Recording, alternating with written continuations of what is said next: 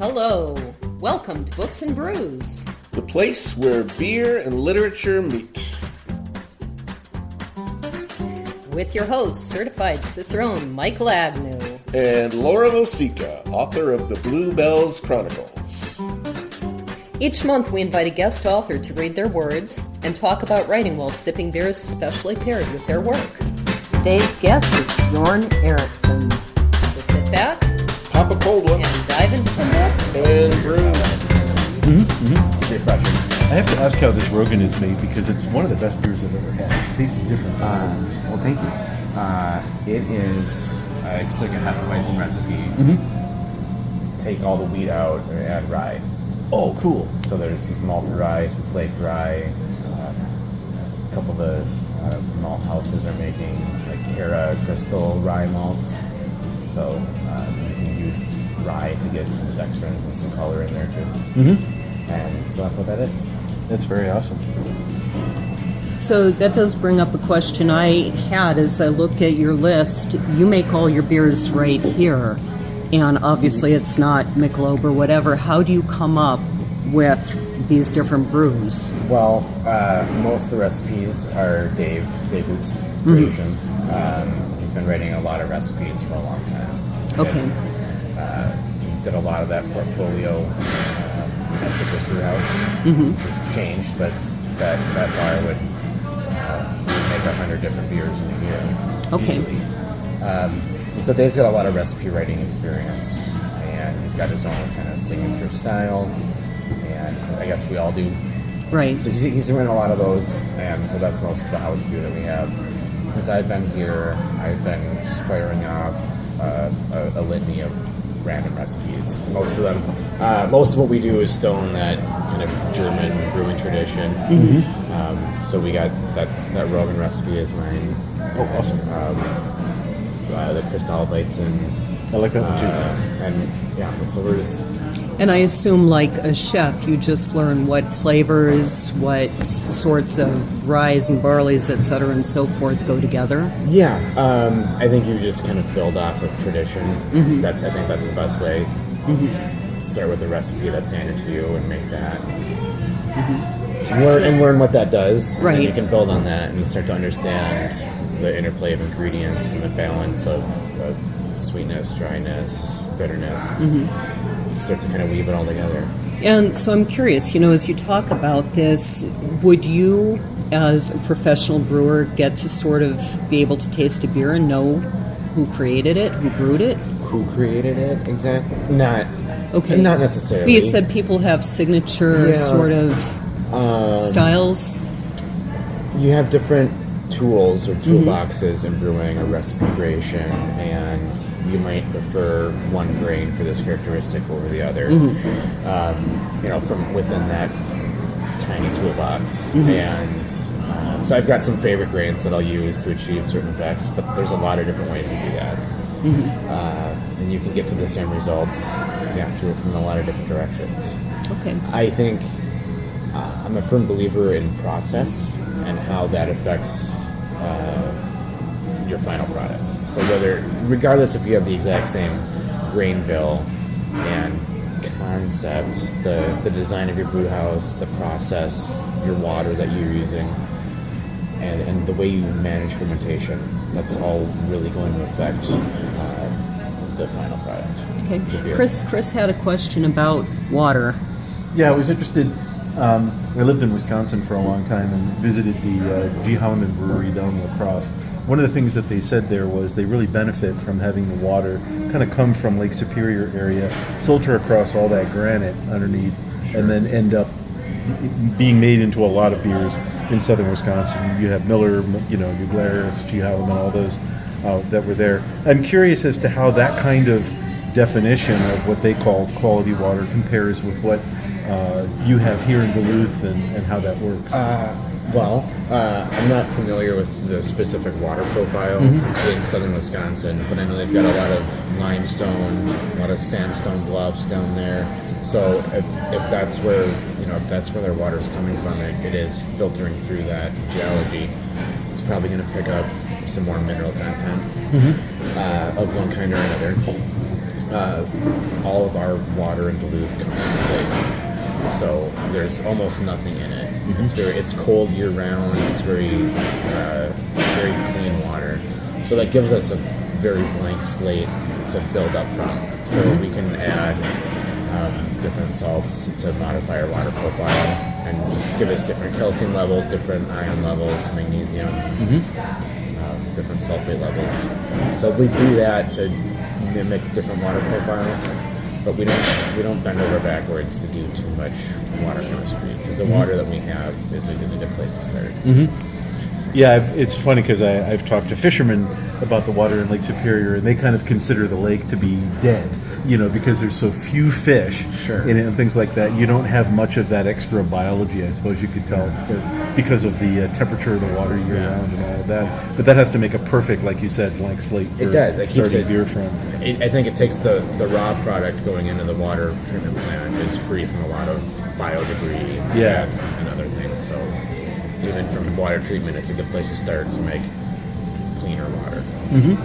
One of the things I was interested in is I was wondering if for things like the grains and the hops, whether it's somewhat similar to wine in that the terroir and the difficulty of the soil and all that actually is a factor, or whether it's primarily just the end product itself can be grown almost anywhere or whatever, and it works from that standpoint. So yes and no.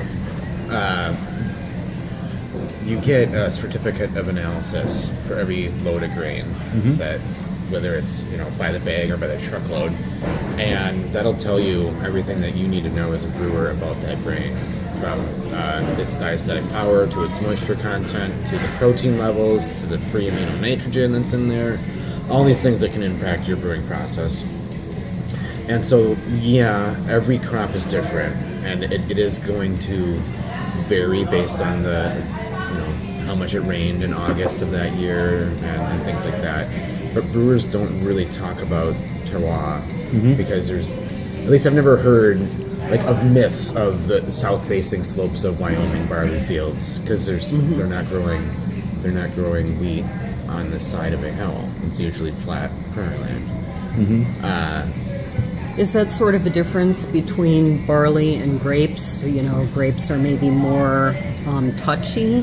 They might be, and they might be more reactive. I think barley, without knowing too much about barley cultivation, it can be a fickle plant. And farmers have figured out how to get the best brewing grains from the land. But there's variances every year, from field to field, from lot to lot. But your goal as a brewer is to either take one of those flavor profiles and capitalize on it. But most often you get barley that's blended together, and so you're homogenizing these flavors, and you're aiming for an accurate, consistent product, especially at a production level, right? So in between crop years, you might slowly blend in the old with the new to kind of smooth out that difference in your end product, if you're large enough to have that luxury and that capacity, and that way the consumers never know when you switch from last year's barley to this year's barley. Okay. So I'm curious, how did you go from majoring in German to brewing? I got a job in college working in the restaurant at Ficker's Brew House. Okay. And I'd had several restaurant jobs already, so it seemed like a good fit. And I didn't necessarily know a lot about craft beer, but I started learning quickly, and then I started giving brewery tours, and then when a job opened up in the brewery, I kind of jumped on that opportunity because I was young and eager to learn and do something cool. And it seemed like a fun gig to get into. It was just sort of dumb luck in a way, that life just sort of led you down that path. Or fate. Fate, however you want to frame it. But I think at some point it was a conscious decision that, hey, this is a neat industry. I like the intersection of art and science. It's very technical, but there's a lot of creativity in it. So that intrigued me, and I didn't know what I was going to do with my German degree. Right. So I decided that I didn't want to be stuck in academia. So or that's just not what I really wanted to do. So this seemed like a fun thing to do. And so how does one become a brewer? I think we talked previously that it's almost like the old style intern. What is the word I'm looking for? Kind of like an apprentice. Apprenticeship sort of thing. It can be. I Okay. think the best way for anybody to get in is to find a job at your local brewery. Okay. You know, in most cities, there's going to be one or two, couple. And most of those might be really great places to learn how to brew beer. So are there official schools to become brewers? There are. Okay. When I kind of started brewing, there was 2 or 3 in the state, or sorry, the country. And now there seems to be dozens. And so some of them are newer programs. Some of them have been around for a long time and have trained some of the best brewers in the country. And some of them build on a 4-year degree, and some are just more like trade schools. And either way, I think they mostly give really good understandings of theory, and some of them practice. But real life experience is invaluable too, Right. especially if you're in a good. I got to grow up as a brewer in a very nourishing environment. It was almost like a teaching brewery, because we Right. got to do a lot of different things, make a lot of different styles of beer, and vary our techniques and how we did things, and work with a lot of different ingredients. And I think you primarily learned on the job. Yeah. Okay. Definitely. From Dave Hoops. From Dave and from some of the other mentors I had there. Guys, Frank Kazuba, who now runs Earth Rider, Bob Blair, who runs a little cidery, has worked at a couple different breweries, Brian Schanzebach. And before them, there was a long list of very qualified brewers that learned how to brew there to some extent, and then moved on to bigger and better things. So I learned on the job. I also absorbed pretty well from books. So I was Okay. So you've done a lot of reading. I was getting all the different brewing textbooks and all these, everything I could get my hands on, and just reading. Some of it's really technical stuff over my head, but eventually some of it sunk in. And Now, that's I was got me pretty interested far. when we talked before, you talked about the difference between theory and practice. What would be theory regarding brewing? Well, there's a theory about mash conversion and what happens in the enzymatic process in the mash. And it's not really theory, because it's really happening, right? At least, and we learn it as best as we understand what proteins do, or what enzymes do on a molecular level. But what you really need to know is how to get that grain in your mash tun with the right temperature water, and how to work with your equipment to manipulate that environment to create the right environment for those enzymes. Okay. Because you never see them, you don't really touch them, you just trust that they're doing what they're supposed to do. Right. So you have to play God and create this environment for that to happen. And I've seen smart people goof it up because they don't preheat their equipment, or because they run their pump too fast and are shearing the grain and turning everything into oatmeal mush. So you have to be good at the execution. And that's where the artistry comes in. Maybe. Artistry is also more just recipe design, Right. and telling a story with the beer and utilizing those ingredients and your process. But then just being actually able to get through a brew day, that's a whole nother story, right? I like your use of the word "tell a story." Can you talk more about what it means to tell a story with beer? I don't know if I can explain it, but that Ragen that you're drinking, it's just an execution of a concept. What if we take this story and we swap out these parts, right? So take that narrative of a Hefeweizen and just swap out the wheat, which is integral to what the Hefeweizen is, but we just use a different, similar but very different grain, and highlight those characteristics, so that there's some meat there to explain why this beer is what it is.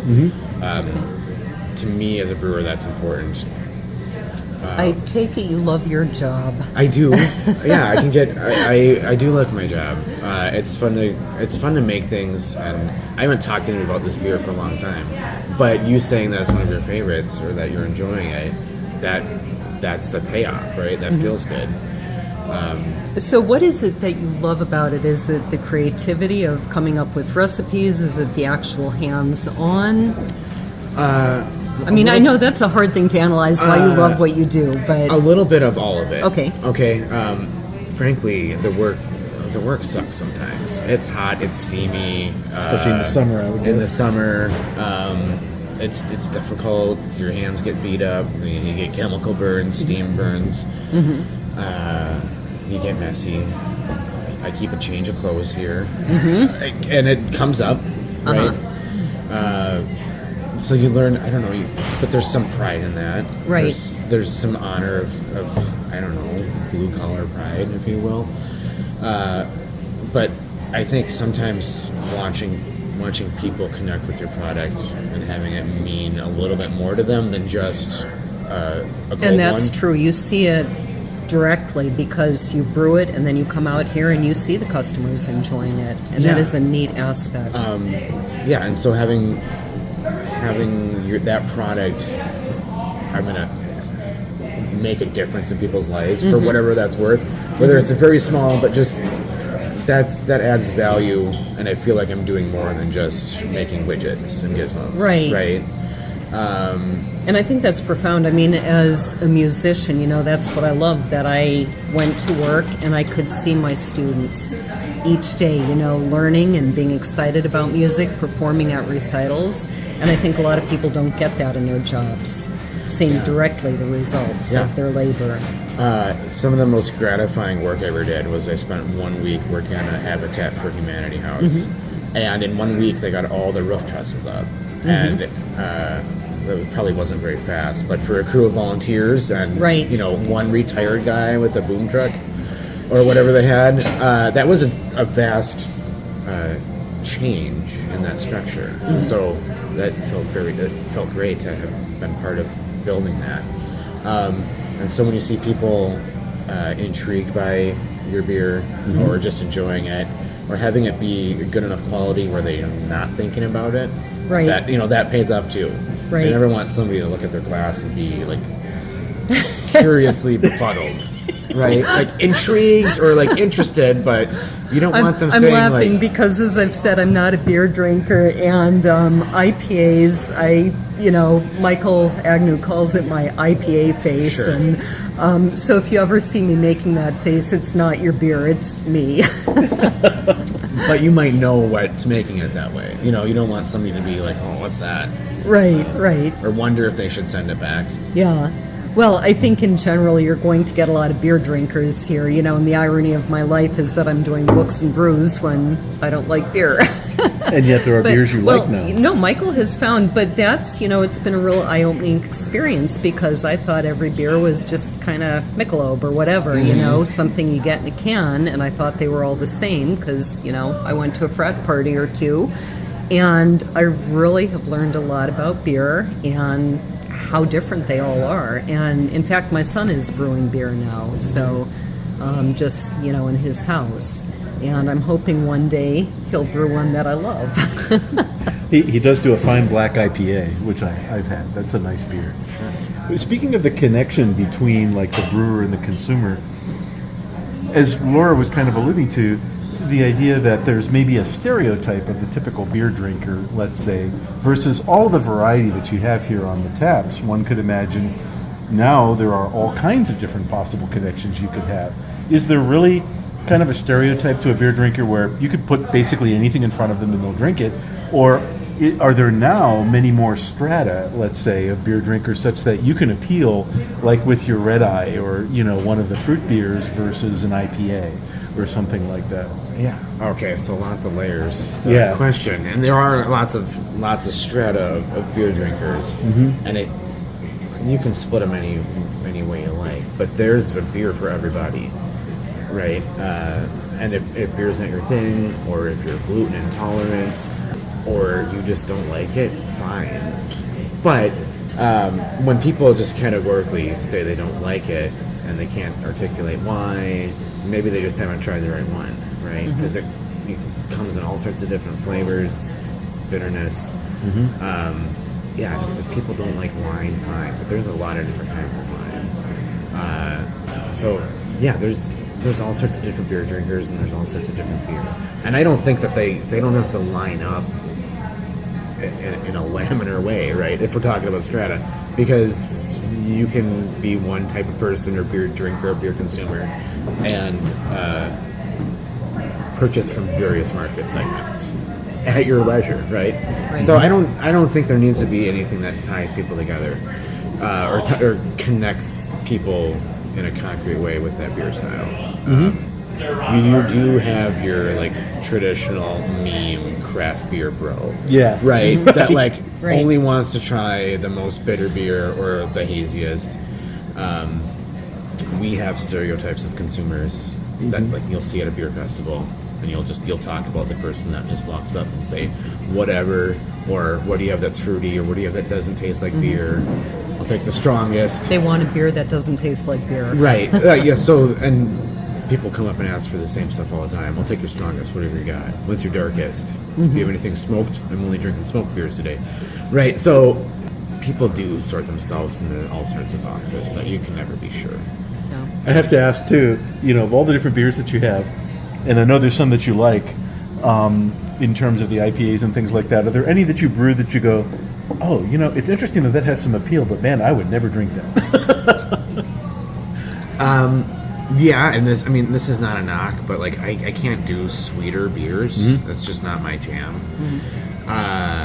But I understand their value in a portfolio, and in a historical context, they're great. But like Scotch ales are just not my favorite.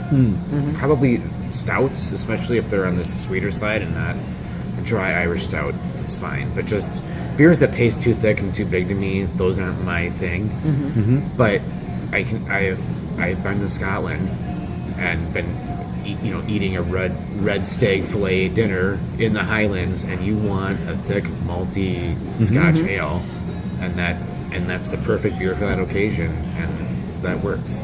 Don't get me started on Scotland. I've been there 5 times, and I love it. My books are set around Scotland and medieval history.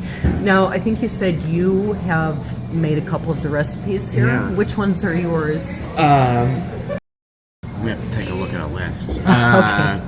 So I've been here it'll be going on about 1.5 years, almost 2 years. I made a Kristallweizen. Oh yeah, was that's not, one of was your not favorites, one of my first, isn't it? but that I love that beer. the Roggen. We did a couple we have a series, our number 10 extra pale ale. Okay. Is a changing beer recipe, and usually we just change the hops. So I've kind of developed a couple of those hop profiles. I gotta scratch my head. We're making a strawberry Hefeweizen right now. Oh, That interesting. sounds like something I might like. I I think that's something Michael would hate. He might, sure, but He hates what does he call them, like something dessert beers or something like that. yeah. Well, this isn't like a pastry stout, Okay. whatnot. This is well, it's exactly what it sounds like. It's a How Hefeweizen often with do you strawberry. switch out the list, your offerings? Well, they all kind of rotate. Okay. We've got our core, so we always have an IPA, a pale ale, a stout, a brown, a fruit beer. There's always a lager, always Hefeweizen, usually another wheat beer or so. And who came up with the beer mosa? That's a thing. Okay. I don't know who invented it. Okay. Betraying my lack of knowledge, and Yeah. therefore why I do this and learn. A jug of orange juice. I had just never heard of it till I came here, despite doing books and brews for 5-6 years now. I don't know who invented it, but Okay. even a PBR and some OJ, it's a good breakfast treat. Right there. It's an interesting beer. It was one I couldn't decide if I liked or not. It was take another sip, and Yeah. Well, like who invented the Bellini? or Oh, right. or the Yeah. mimosa. Like it's Right, not. It's, so it's right. not. That's all it is, right? Okay. It's just a, it's a beer with. So, orange juice. because it's books and brews, tell us about your favorite books. Even though I know what you're doing, I did not see that question coming. Obviously. But we talked about I it just know. the other day. We're turning the page. I'm not ready Right. for it. Yes. So, I don't. I get to listen to a lot of books while I'm working. So, and then outside of that, I mostly read children's books. Really? To your kids? Yes, Or okay, yes. okay. That's not fantastic. for your own pleasure. It is also for my own pleasure. Dr. Seuss? Dr. Seuss is all right. I The like to Lorax? rhyme. I think I might be close to having the Lorax memorized. Oh, me too. Me too. My youngest son loved that book, and I read that book to him 5,000 times. And I think I did, conservatively, I think I did have it totally memorized at one point. I do want to make a brown Barbaloot Halloween costume somehow. Oh, that's great. I think you said you like science fiction. I do. I might have to get my phone so I can pull up the list of things I've been listening Oh, that's fine. to. But some of my earliest science fiction that I read was, again, I don't know if it's science fiction, but it's Utopia by Thomas More. I'm not familiar with that. Well, is that their correct title? Am I thinking of it right? I think. Or maybe it's not Thomas More. He's Anyways. right. Yeah. Anyways, that was a proto blueprint for a society. Had to have been a futuristic society. And then I read some Arthur C. Clarke. Okay. That kind of makes you rethink where technology puts humanity Right. in the universe. Which ones in particular? I read 2001: A Space Odyssey, which That was a very strange movie. it was. It was also a strange novel. Okay.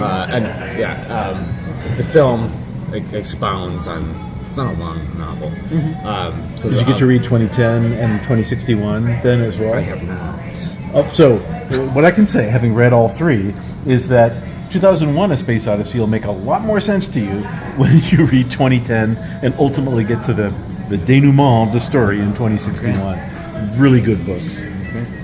So that was something I read like recreationally in college. As a German major, I ended up reading a lot of German poetry and prose. And then I took my favorite class ever from probably my favorite professor, but it was German in the Middle Ages. Oh, so interesting. It was everything that we read was Mittelhochdeutsch, which was kind of spoken in those areas. So what would some of those books be? It was stuff from Wolfram from Eschenbach.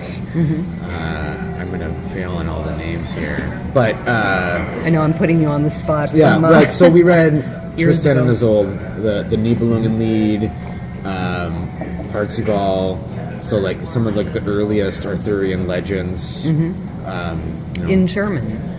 In Middle High German. So it was Interesting. like what they were speaking between 1000 and 1400. Okay. So you can read and understand not only modern German, but I mean, understand is that maybe that's as far as we got. We Okay. navigated our way Okay. through the texts. Okay. And it's a dead language, so nobody would speak Right. that way anymore. But yeah, so that was very interesting. That got me into kind of that whole segment of medieval literature and those Arthurian legends and some of the earliest histories. right. So I delved into some of that stuff for a while. Goethe kind of falls in there at the end. Siddhartha. Okay. So these are just classic Yes. German Right. literary texts. And you read these all in German. Yeah. That's Siddhartha, I have. That's the left and right English-German copy. okay. Now, it's interesting that you've read all that in German. One of the things I knew from a roommate of mine in college who was a chemist is that, and I had a couple of chemical engineers as roommates, they all had to study German in engineering school for 4 years because some of the most seminal texts in chemistry are written in German, and basically non-translatable. You have to read them in German to understand them. Did you find with some of the German literature that you read that you were able to appreciate what was going on in it more than, let's say, if it had been translated into English or a different language? Definitely, because some of that poetry and prose is written to rhyme, and it's written with a certain meter and a certain symmetry to some of the words in the rhyming, and there's layers in the text, and some of it makes sense when you read it in German, and you gotta maybe twist the words or get creative if you're gonna make it rhyme in English too in the translation. Well, one of our very, very first guests on Books and Brews was back in, I think, February 2017 when we were still at the radio station, Michael and I.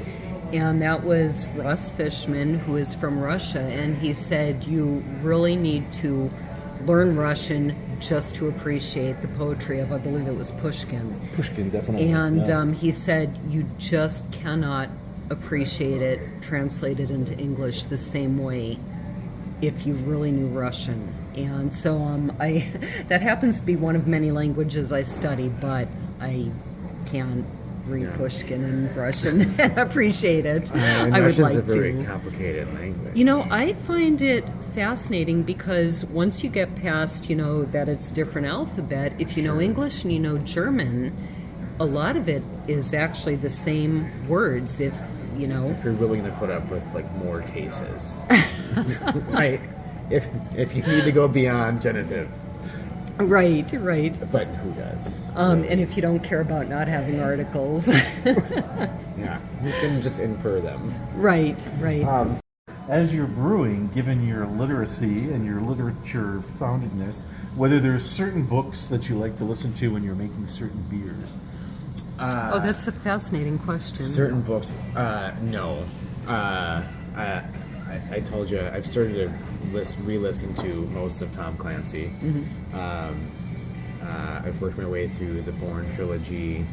I worked my way through a lot of I won't say a lot. Dozens of the Harry Bosch novels while I'm working, because they're not so dense that you can't kind of multitask. So that's been fun. But do they go with certain beers? No, it's just wherever I'm at, in the brew process and in the week. Yeah, I said science fiction, so lots of space novels, people on Earth ships landing on random planets, or mysterious robots showing up in the ocean. I need to start listening to audiobooks while I clean the house and do gardening. I can't recommend stuff. it enough. And it's like I said, it's the only time I get to maybe read it myself. I listen to political videos, and all that does is Get wrapped raise my around that axle. blood pressure.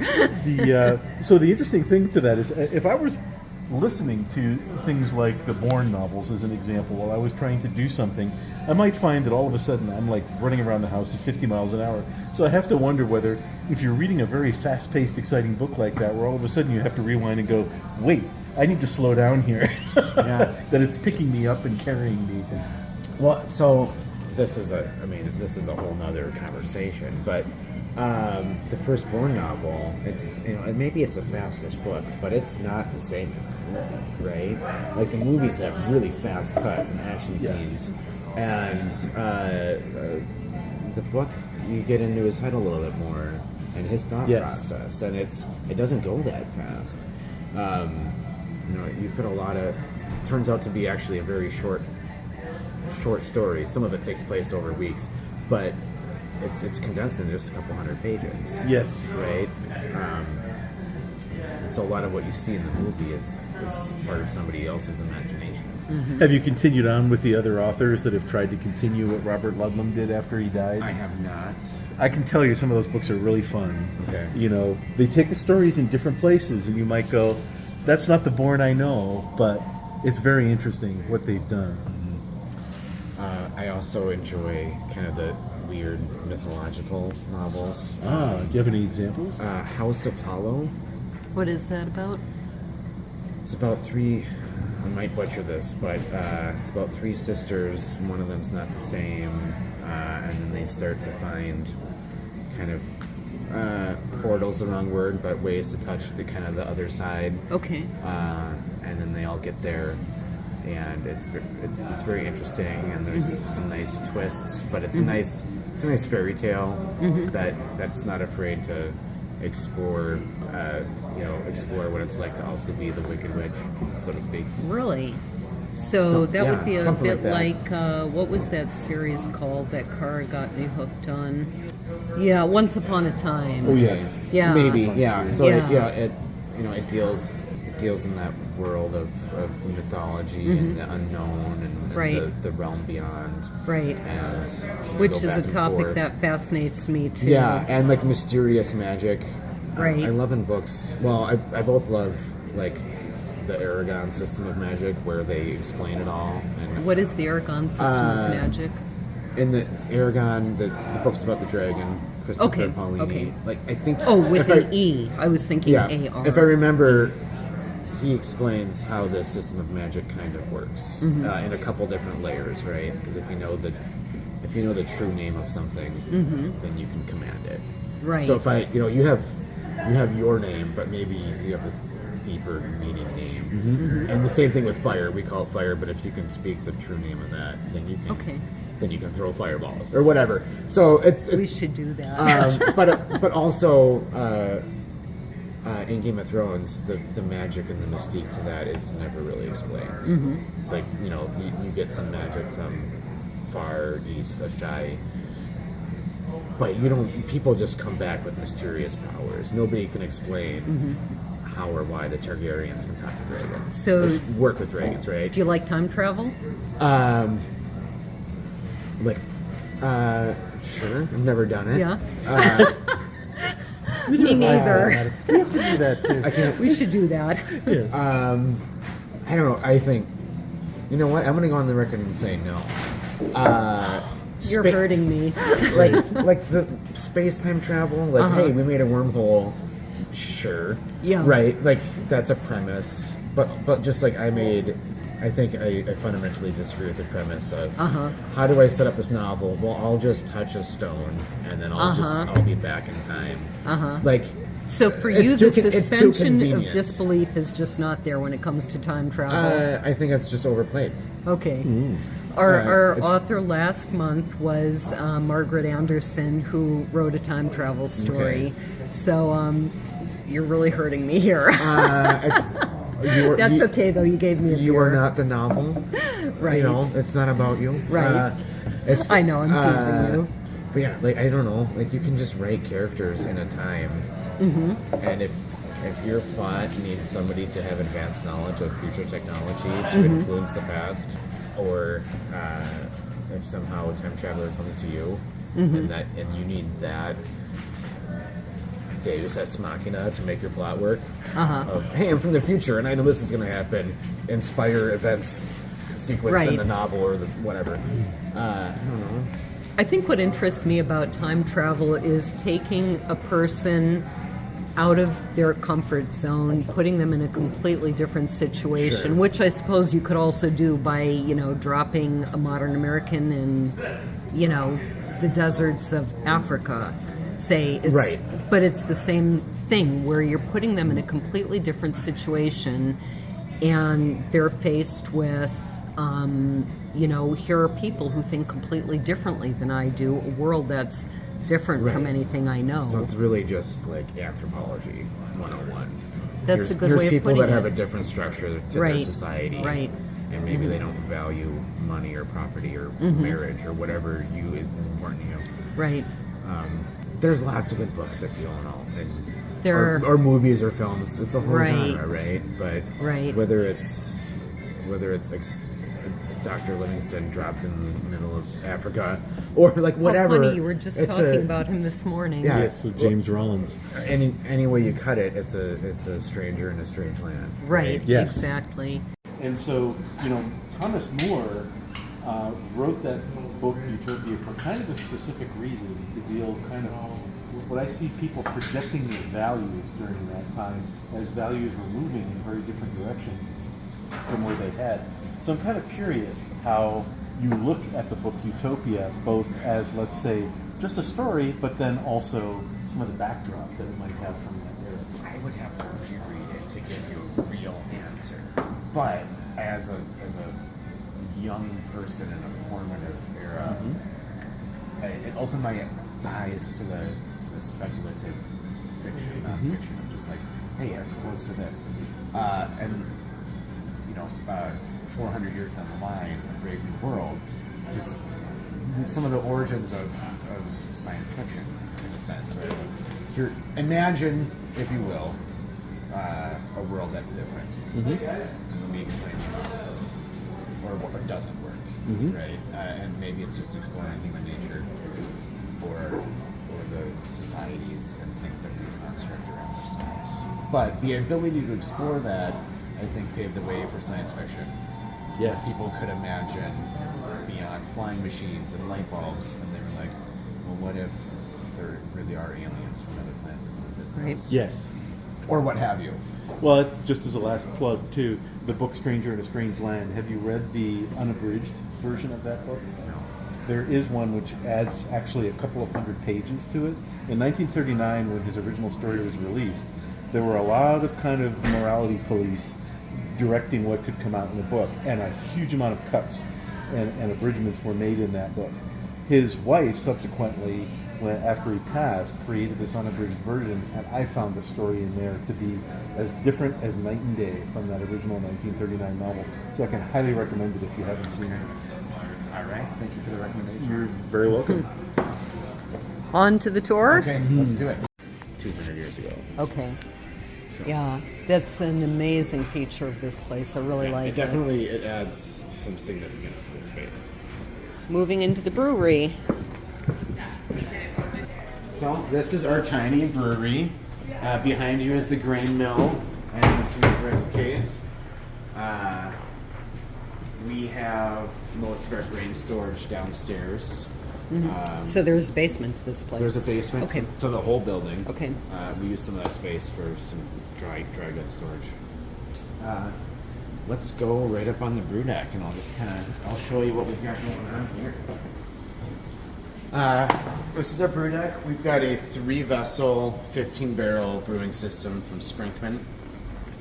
They're out of Wisconsin, so they're our neighbors. Made a beautiful brew house out of American steel, and this is a pretty slick Cadillac.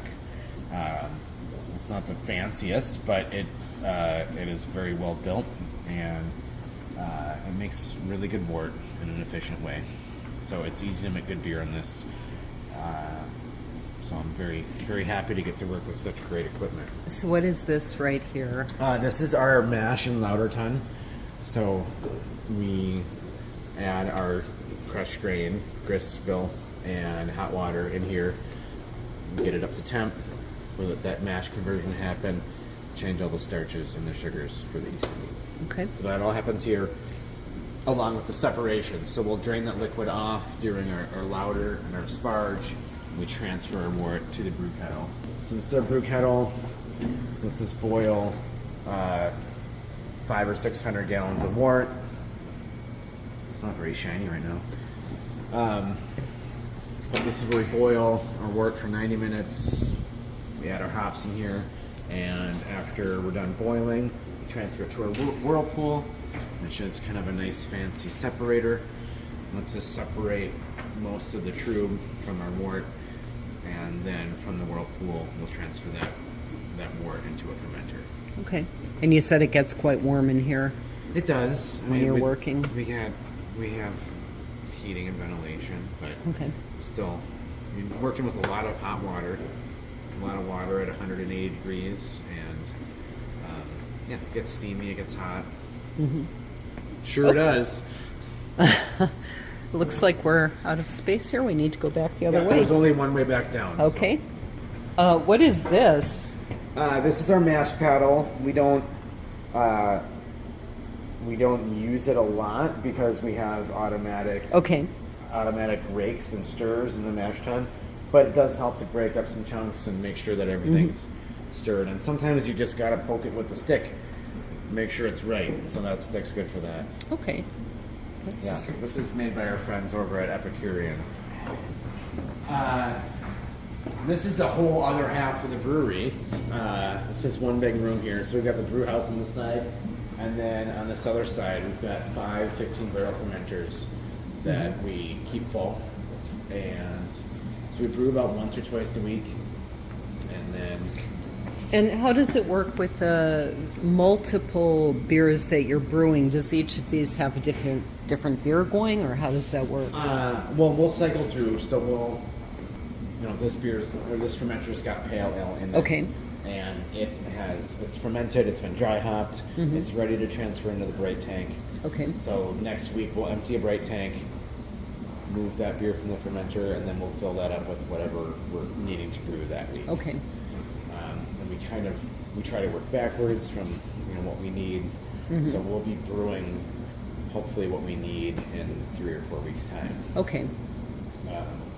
The way it really works is that each week we decide which of our perennials we need to have, or we're lowest on, what's the highest priority. Right. And then we also just trickle in some of these seasonal beers. Okay. Or if we've got one with a deadline, the cherry ale always comes out on a certain date. We've got a couple beers that are tied to people's birthdays. So we'll what would that be? Well, Dave has 2 kids, Finn and Daisy. They each have their own beer. So we make that. And what are their beers? Daisy's is a nice kind of malty pale ale, definitely on the dank side. Finn's Finest also hoppy but kind of lighter in color pale ale. And is this based on what his kids like? I mean, I don't know how old they are. He's been making them for 20-some years. Okay. Right. Okay. So more of an honorific. It wasn't based on what they liked when they were born. That's good to know. Yeah. But tiny brewery, 5 fermenters. We've got, this is that strawberry Hefeweizen I was mentioning. It's fermenting away. It's a good action shot. What is going on here? Well, we've got a very active fermentation. The yeast is fermenting away. It's creating a lot of CO2, a lot of alcohol, and some of that excess krausen, so beer, yeast, protein, and it bubbles out, so you get some nice foam in that bucket. But that bucket's just an airlock to let extra CO2 escape, not let anything else back in. So we're not going to be drinking that? We will not be drinking that. Okay. And as soon as it's done aggressively, putting off gassing, getting off pressure, we'll close it up and start to build up some natural carbonation. Okay. I'll show you the second third of our brewery. Okay. Watch your step here.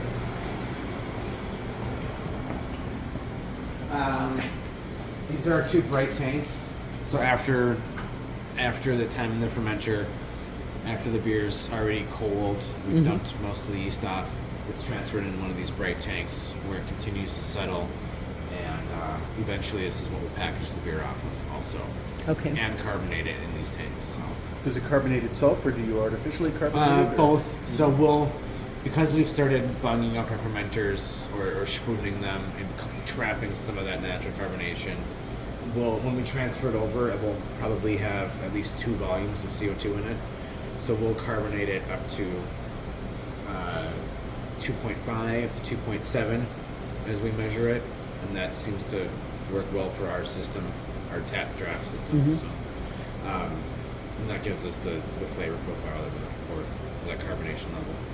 Managing that process in the fermenter is delicate because you're dealing with a living thing. That yeast does not like to live under a lot of pressure, right? So you've got to trap some of that CO2, but also let that yeast breathe and not be under atmospheres and atmospheric pressure.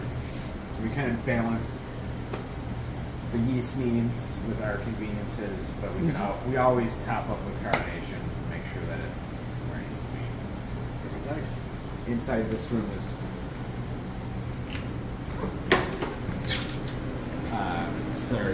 serving cooler, so all the beer is behind the bar. Oops. So is this where all the beer comes from when you serve it? Yep, all the beer. Okay. So we've got 30 tap lines. Oh, wow. Keep most of them full most of the time. One we just use for some sour beers. One we just use for infusions or fruit.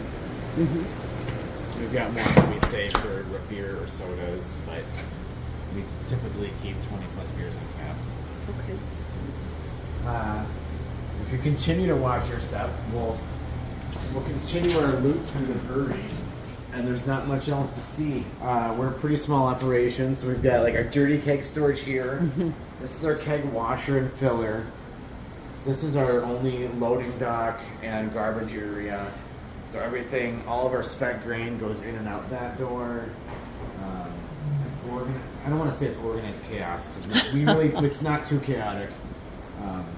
It's just it takes about 2.5 people to run this. So That's me and pretty my impressive. partner, and then we Okay.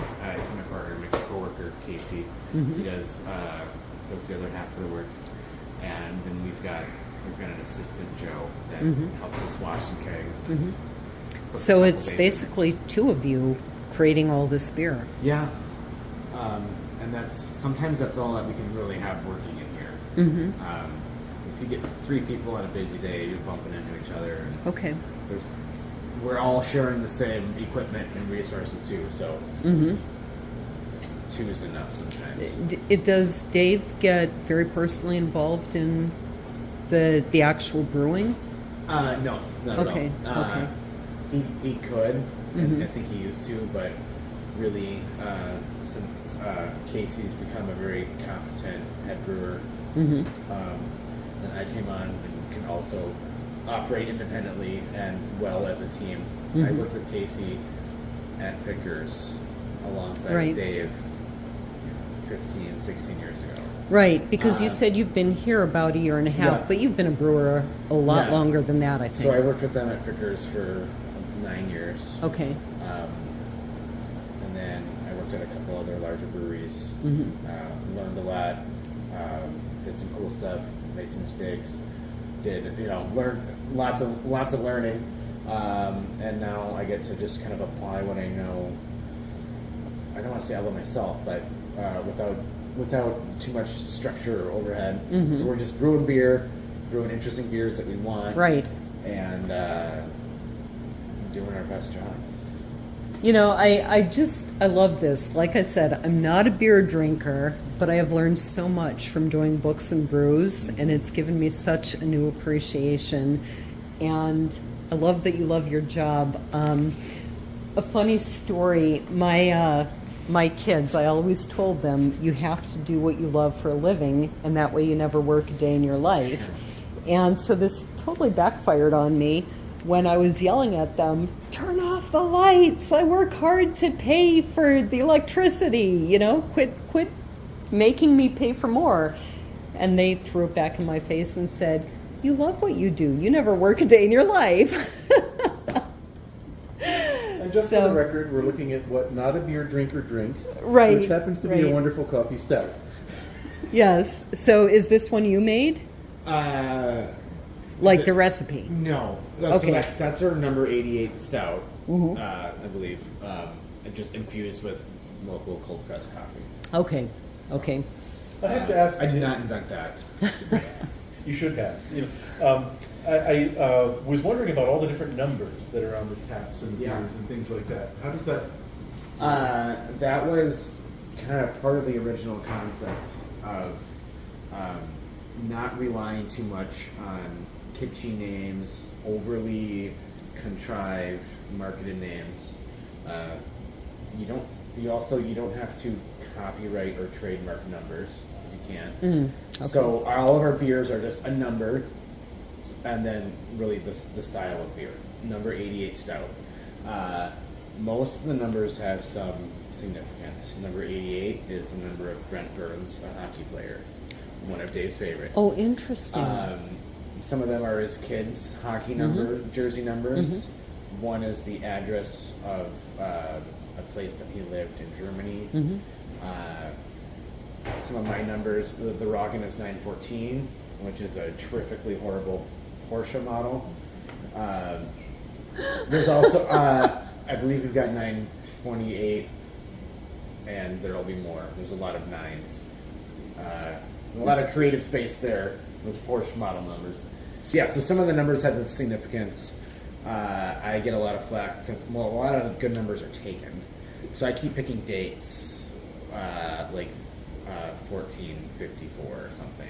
What is the significance of 1454? I made that one up. There's a beer, okay. So the black lager was modeled after a beer called 1554. Okay. So we've got 4551, which is just the backwards. Is that the New Belgium beer? Yes. Yeah. So that's a wonderful beer that some of us love, and like, well, I bet love that one. I bet I can make that or something similar, an homage, if you will. So I think I just drank that in the program with Margaret Anderson. With, triple. Right. Yeah, I just had that last week. The Maibach is 1368, which is the year that the. Is that the year the Reinheitsgebot? No, it was like the year the Hanseatic League was formalized, because Einbeck was like one of the southernmost, whatever. I find some random significance and will attach it to a beer just to make a story, because to me it's got to be, it can't be random, right? So I find some reason to link a date with Maibach, and that's how you tell a story with a beer. Very nice. Give it a cryptic numerical name. And that's what we're trying to do today, is tell stories with beer. Yes. So, you have a glass. Cheers. You have a glass. Cheers. I just listened to The Glass Castle by Jeanette Walls. That was a lighthearted, heavy read. Short. I like that, lighthearted, heavy read. That describes The Feats They Run by Dan Blum. Okay. It's funny, and yet it's about Nazis and, a guy who served in the Wehrmacht. Yeah. That's a wonderful way of putting it. Yeah. Are there lighthearted, heavy beers? Sure. Try the fancy lager. Excellent. I certainly will. I just finished Handmaid's Tale. So okay. Got around to that. Yeah. Very interesting.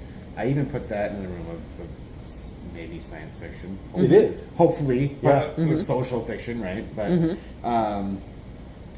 said Fire and Blood. I've gotten in all the George R.R. Martin, especially the backstories and the Duncan Egg novels, things like that. Told you about the Born Identity. Yes. Is this an app that you keep all the books you've read on?